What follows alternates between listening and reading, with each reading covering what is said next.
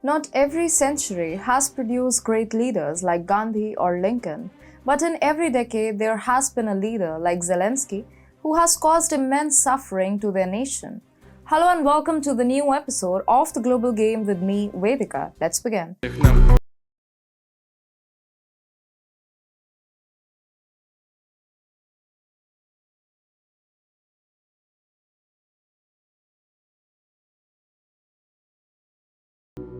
When Volodymyr Zelensky was elected to represent Ukraine, it was expected that he would launch a comprehensive anti-corruption campaign, reverse the country's economic decline, and reinvigorate state institutions.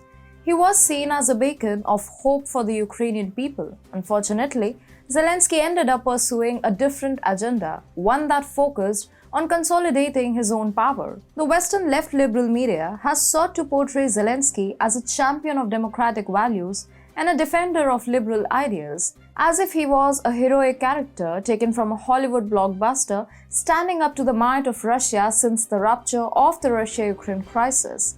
However, Ukrainian President Volodymyr Zelensky has come out to be a major disappointment. Despite a year of full support from the US, the Ukrainian war machine has not been able to defeat Russia.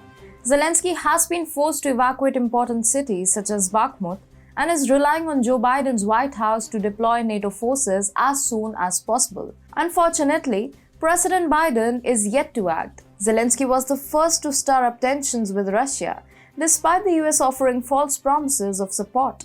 We at TFI had covered this way back that it is primarily a conflict between the US and Russia, with Ukraine serving as a mere pawn. But Zelensky is not the only leader that has damned his nation to the cusp of American love. There is one more man.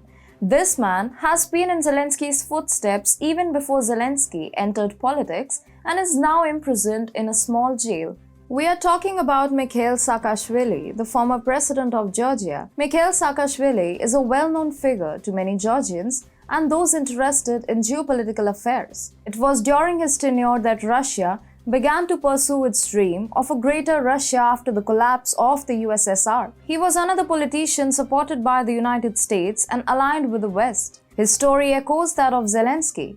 Just as no one was familiar with Zelensky until 2019, no one knew Saakashvili until 1995 in Georgia. At the time, he was living and studying in the USA and pursuing the American dream. Saakashvili studied law at Columbia University in New York City and went on to work as a lawyer in New York. He also interned with the United Nations in legal hearing.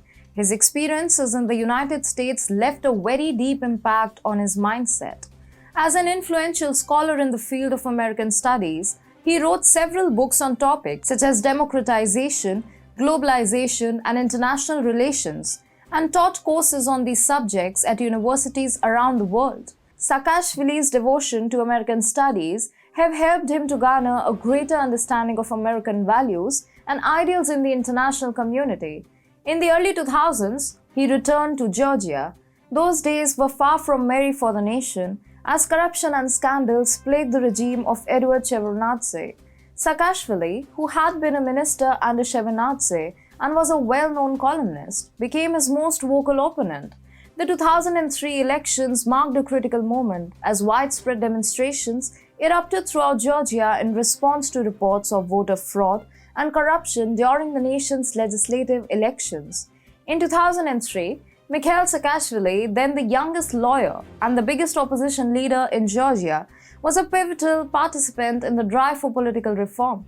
This peaceful revolution led to the resignation of Edward Shevardnadze, Georgia's long-standing president. In 2004, Saakashvili was elected as Georgia's next president, running on a platform of democratization and economic revival. He sought to deepen ties with the West and advocated for both NATO and EU membership. What a remarkable coincidence it was when Saakashvili was president of Georgia and his longtime friend Dick Cheney was also serving his second term as vice president of the United States.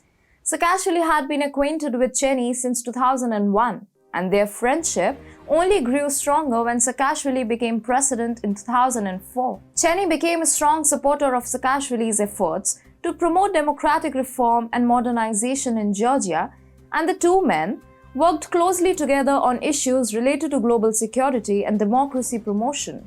However, Cheney also had ulterior motives in his relationship with Saakashvili, as the American Vice President Cheney had a vested interest in the deployment of NATO forces to encircle Russia, while other nations in the region, such as Ukraine and Belarus, had pro-Russian leaders. Georgia was led by Saakashvili, who had been long at odds with Russian President Vladimir Putin. Saakashvili was a staunch advocate of Georgia's territorial integrity and sovereignty, especially in regards to South Ossetia and Abkhazia. He strongly condemned Russia's attempts to influence neighboring countries and its involvement in promoting separatist movements in the region. Saakashvili had encountered Putin on various occasions throughout the years and had a personal relationship with him in spite of his political convictions. It was reported that Saakashvili found Putin intimidating and untrustworthy, viewing him as an embodiment of the oppressive forces he was working to eradicate in Georgia. In 2008, tensions between the leaders of Georgia and Russia reached a boiling point, with Saakashvili confident that Cheney had his back. Saakashvili then made an attempt to reclaim control of South Ossetia, resulting in hundreds of casualties. In response, the Russian military intervened, escalating the situation into a conflict. Russia justified its military invasion of Georgia as a necessary measure to protect the Russian citizens living in South Ossetia. The fighting quickly escalated as both sides exchanged blows and airstrikes, leading to numerous casualties over the course of the 5-day conflict. The region was also left with extensive damage to its infrastructure and property. The situation for Saakashvili worsened as he eventually lost control of 20% of Georgia's territory. Desperate for assistance, Saakashvili begged the United States for help. In response, Vice President Cheney drafted a plan to wage war on Russia. However, President Bush quickly dismissed the idea, as the US was already heavily invested in war in Afghanistan. Consequently, Saakashvili's and Cheney's hopes of defeating Russia were left shattered. In South Georgia, Putin's forces refused to halt the massacre of Georgian troops. Consequently, Saakashvili's popularity plummeted due to his support of EU and NATO membership. Eventually, a ceasefire was declared to bring an end to the conflict. Saakashvili received harsh criticism for what many viewed as his reckless and foolish decision to start a military intervention in South Ossetia. The war exposed the inadequacies of the Georgian military and the difficulties of defending the country against a more powerful adversary.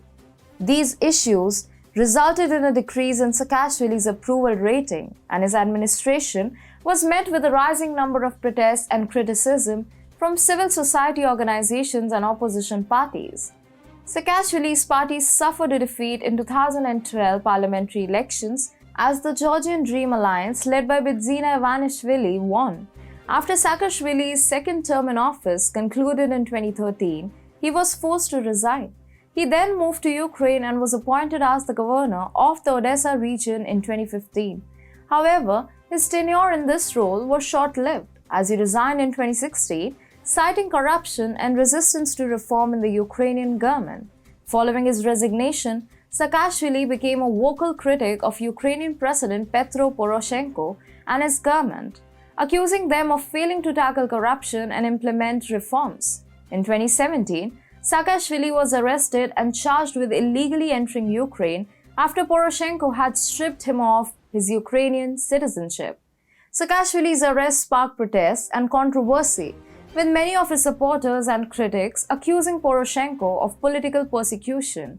After spending several months in detention, Saakashvili was released on bail and went on to become a prominent opposition leader in Ukraine, running in the country's presidential election in 2019.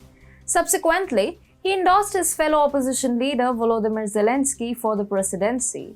In 2021, he was arrested again for illegally entering Georgia. He was found guilty of abusing his power while in office. Yet he continues to send letters to world leaders from his jail cell in the hope of securing help. However, his pleas have gone largely unanswered. Saakashvili and Zelensky are two prime examples of individuals who have relied heavily on others to fulfill their responsibilities over time. Unfortunately, They have both suffered devastating losses in the process. While Zelensky still remains, it is uncertain how much longer he will be able to endure. A modest US regime might complete the task. Make no mistake, time is running out for him too.